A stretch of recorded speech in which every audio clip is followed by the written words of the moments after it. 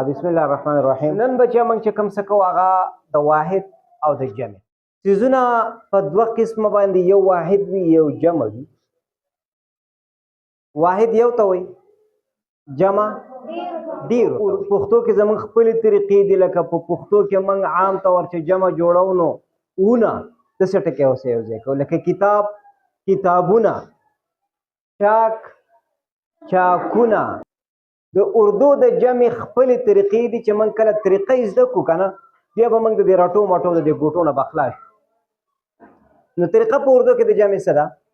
بچیا یو دا ده د ځان څه زده کوي، د یو ټکي په آخر کې الف راغلی و یا ها راغلی وه، نو د دې نه چې موږ کله جمع جوړو نو د هغې الف او د هې په ځای د الف او هې به ترې دواړه لرې کوو او د هغې په ځای باندې به موږ څه لګوو؟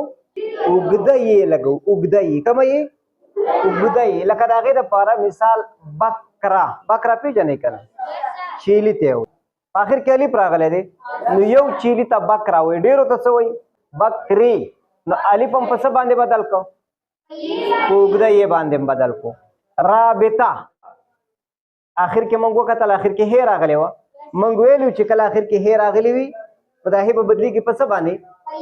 اوږده یې به. هغه هې م راواغېستله د هغه نه م یې جوړه کړله، نو یوې ته رابطه وایي او ډېرو ته څه وایي؟ رابطې ورته وایي. پوه شوې په دې خبره باندې که نه؟ دویم اصول زده کوئ، دا کله چې غونډه یې راغلې وه وړه یې دې ته وایي، غونډه یې ورته پښتو کې موږ چوټي یې ورته په اردو کې وایي، ورکوټي یې. دا چې کله د لفظ په آخر کې راغلې وه نو څه به کوو؟ دا به موږ نه لرې کوو، دا به په ځای باندې پراته وي، خو موږ به څه کوو؟ الف او نون غنه به ورسره جمع کوو. لکه بکري آخر کې څه راغلی ده؟ وړه یې راغلی ده، نو یې به نه لرې کوو، یې دا د پرته ده. څه مو سره یو ځای کړه؟ الف او نون غنه مو سره یو ځای کړه، نو د بکري جمع څه شی شوله؟ بکریان.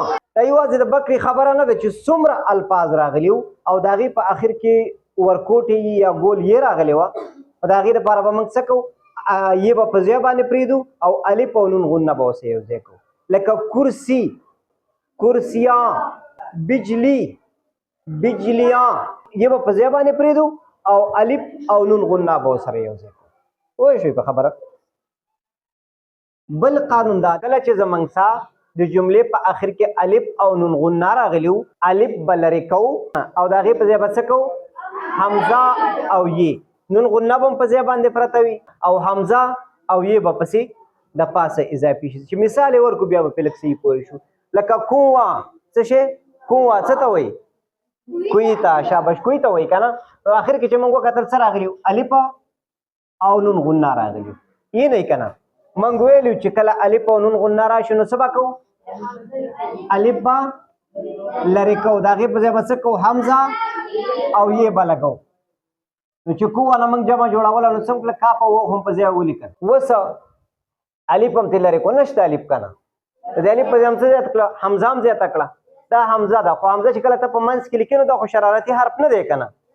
نو لاندې به ترې دا ګوډې راتاوې چې ځان له را نه شي، ځکه ځان له خو موږ صرف شرارتي حروف لیکو که نه؟ نو حمزه هم ولیکله او یې مو څه زیاته کړه او نون غنه چې کوم دی هغه زړه داره په خپل ځای باندې پروت دی که نه؟ نو څه شی شو؟ د کوم وانه څه جمع شوه؟ کوې یا دوه شوه. دوه، دوه څه ته وایي؟ لوګي ته. دوه آخر کې څه راغلی دی؟ الف او نون غنه. موږ ویلو چې کله الف او نون غنه راغلي نو څه به کوو؟ الف به لرې کوو، د هغې په ځای به څه لیکو؟ حمزه او یې.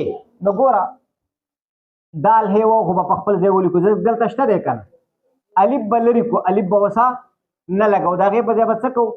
حمزه به ولیکو، صحیح ده که نه؟ او یې به ولیکو، ټیک شو. او غنه خو په خپل ځای شته که نه؟ نو هغه غنه به ولیکو، نو دوه نه به څه جوړ شي؟ دوې به ترې جوړ شي. پوه شوې په دې خبره باندې؟ درې خبرې م په جمع کې یادې کړې بچه. الف چې راغلی او یا هې راغلی وه نو دا الف او هې به لرې کېږي، د هغې په ځای به څه لګي؟ اوږده یې به لګي. دویمه خبره مې یاده کړه چې کله یې راغلی وه دا یې به په خپل ځای باندې پرېږدو، الف او نون غنه به ورسره سیوا کوو. او درېیم هم دا یاده کړه چې کله الف او نون غنه راغلی وه نو دا الف به ترې لرې کوو، د دې په ځای به حمزه یا لګو او نون غنه به په خپل ځای باندې لګو. پوه شوې په دې خبره باندې؟